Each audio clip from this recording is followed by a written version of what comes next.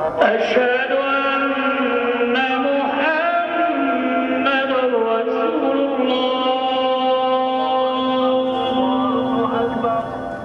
We have come to Jerusalem, a city sacred to Muslims, Jews, and Christians, in order to reflect on the resurrection of Jesus. Were his resurrection appearances purely subjective events, no more than visions generated by the longings of his disciples, heartsick over their loss? Or did these appearances come to real people in real space and time? Only faith can give the final answer to these questions. But visits to the major sites of the resurrection appearances can point us in the right direction. Christian pilgrims crowd the narrow streets of Jerusalem and make their way to the Church of the Holy Sepulchre. There, in its ill-lit interior, covered with religious art, they venerate the places that past generations marked as the site of his crucifixion and of his tomb close by. The bustle of the modern church should not distract us from the few but important facts that archaeology and history have brought to light. The site where the church now stands was once that of a quarry, located outside the walls of the early 1st century city. When the quarry was abandoned, a spur of defective limestone was left in place, and tombs were cut in the quarry walls. It was just this kind of place, near to a gate of the city, that the Romans would have chosen for public executions, because passerbys, entering and leaving, could not avoid seeing the price of disobedience to Rome. So it is entirely possible that Jesus was crucified here, next to, or even on the spur of rock, which may at one time have been larger. But what interests us most of all is the tomb itself, for it is at the tomb that Jesus appeared to Mary of Magdala and the other women. Could this actually be the tomb of Jesus? What we see today is a little house, or edicule, which supposedly encloses the tomb. This present-day building has been battered by earthquake and flame, and only stands erect with the help of steel girders. Could the actual tomb of Jesus be hidden within it? When modern archaeologists probed the edicule with endoscopes and thermal imagery, they discovered tantalizing evidence that there just might be remains of a tomb within its walls. History confirms this view. The early Christians, naturally enough, knew where the tomb of Jesus was, for it was in plain sight, and they must have venerated it. But in the 3rd decade of the 2nd century, keeping track of the location of the tomb became much harder. The Roman Emperor Hadrian threw Jerusalem into turmoil by deciding to build a Roman temple dedicated to Jupiter on the ruins of the Jewish temple, which had been destroyed in the First Jewish War in 70 AD. This rash action led to the Second Jewish Revolt. But this is not the only temple that Hadrian built. He constructed a temple dedicated to Aphrodite, or some other goddess, right on top of the tomb of Jesus. Was this a coincidence? Probably not. Even today, deep below the current ground level of the city, we can see fragments of Hadrian's Jerusalem.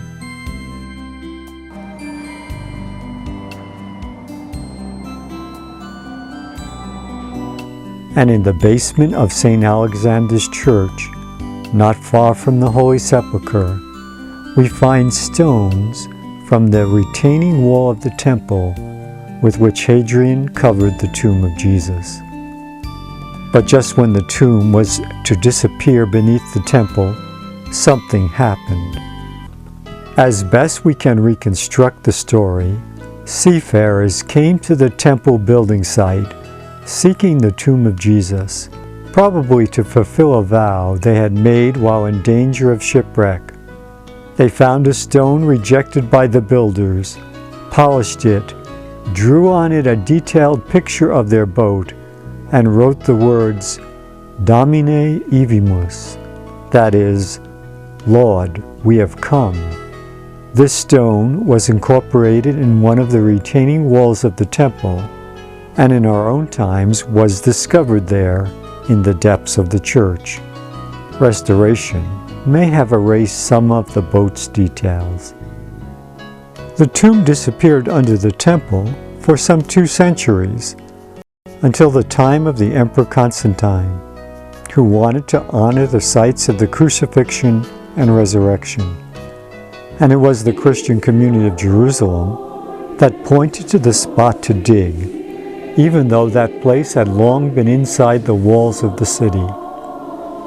They must have remembered that once it had been outside, and therefore a place where tombs were allowed.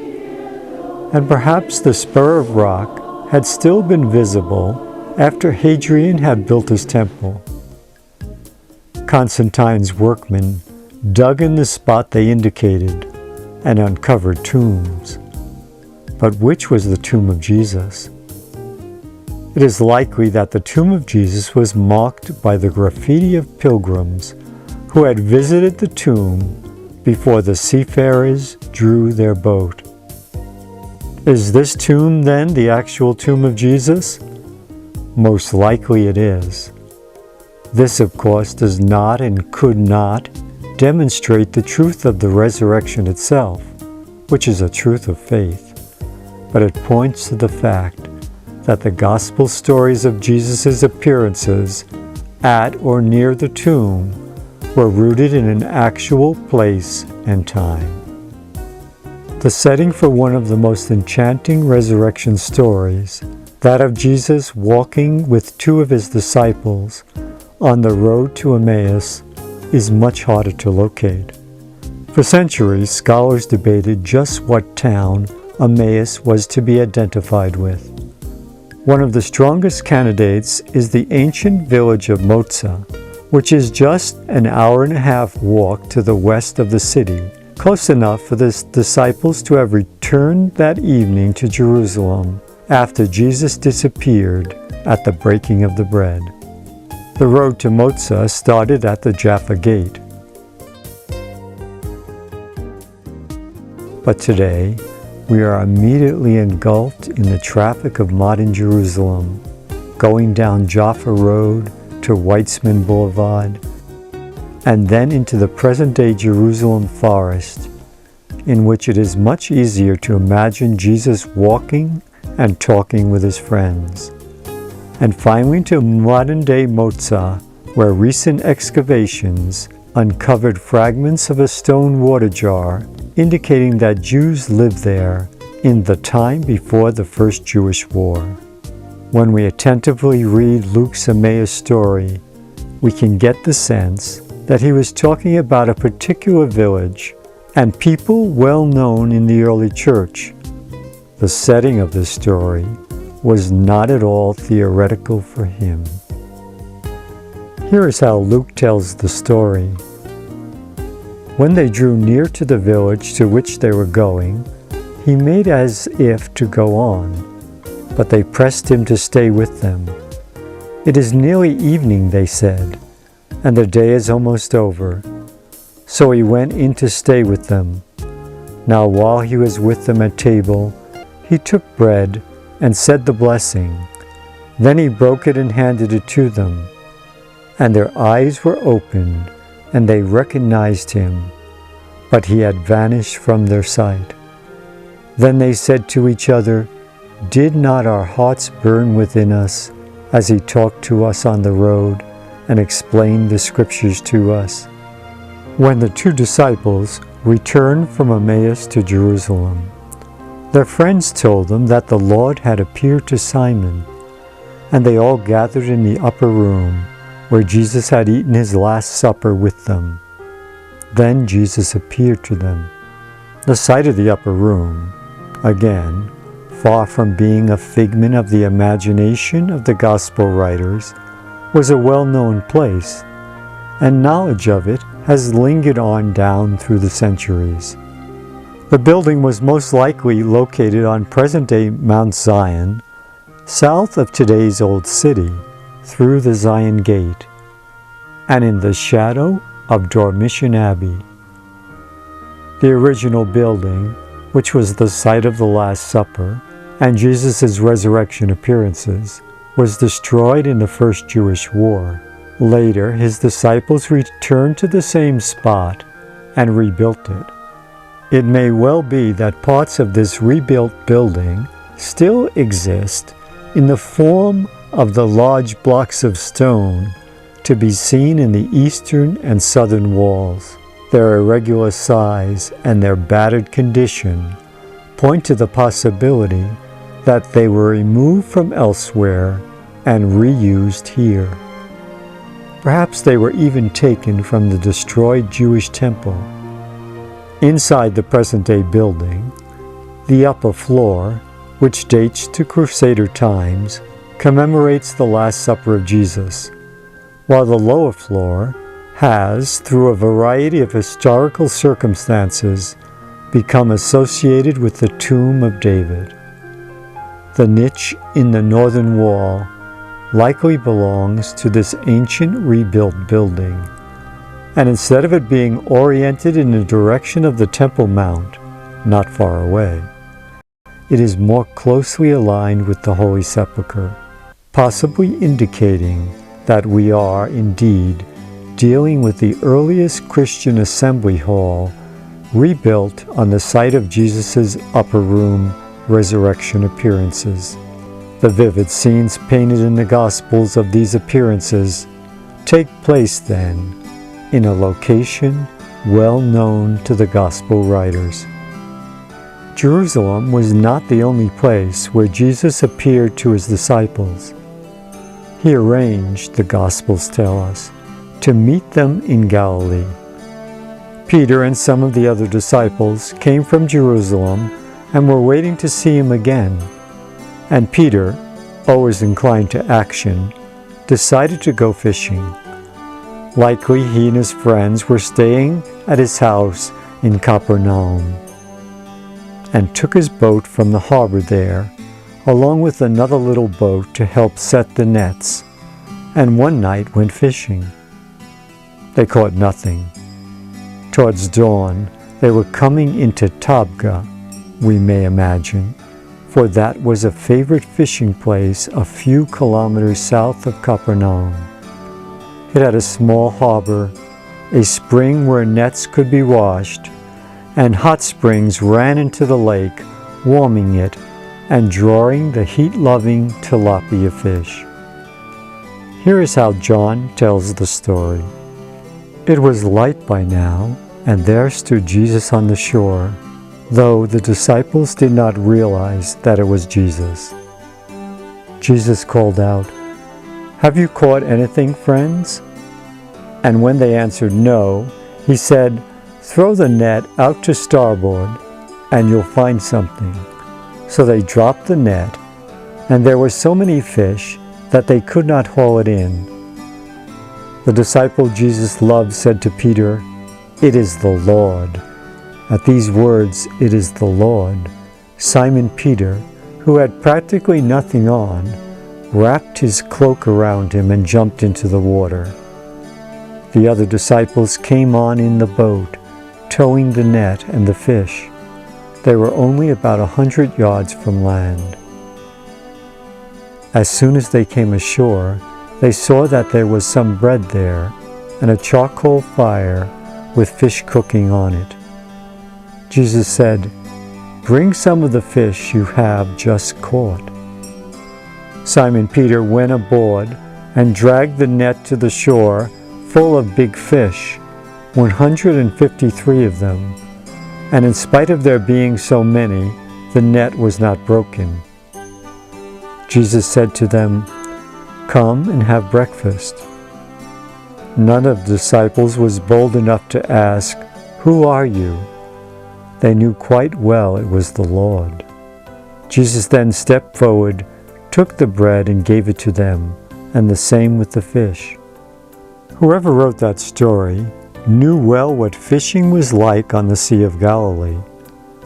Once again, the story of Jesus' resurrection appearance on the shores of the sea was written with a very real place in mind. Jesus on the shore grilling fish over a fire was no phantom in the minds of his disciples, to be moved here or there by the whims of their imaginations. He was the very Jesus they had known before his death, yet something was dramatically different.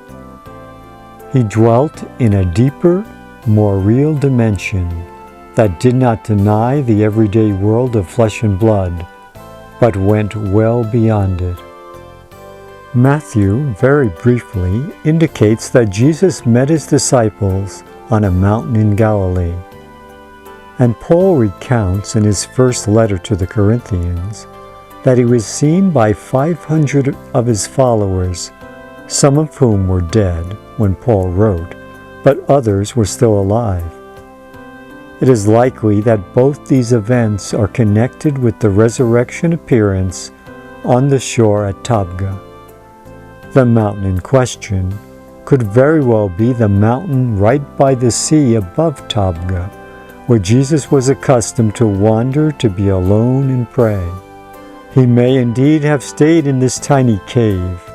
We may imagine that after their early morning encounter with Jesus, his disciples sailed back to Capernaum with their fish and told their families and friends what had happened.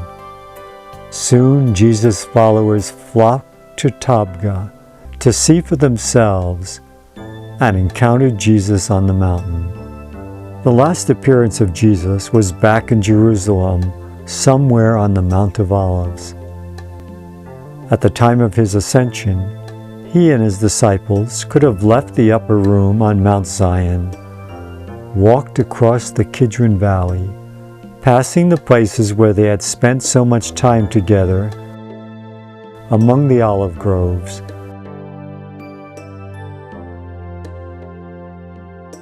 and the cave of Gethsemane, which may well have sheltered them on the night that Jesus was taken prisoner. Somewhere on the slopes of the mountain, Jesus was taken up and vanished from their sight. What does all this tell us? The resurrection appearances were set against real places and populated with real people, because the first followers of Jesus believed they had actually encountered him in a way at once real and transformed. And these places still call to us to reflect more deeply on the resurrection which stands at the center of Christian faith.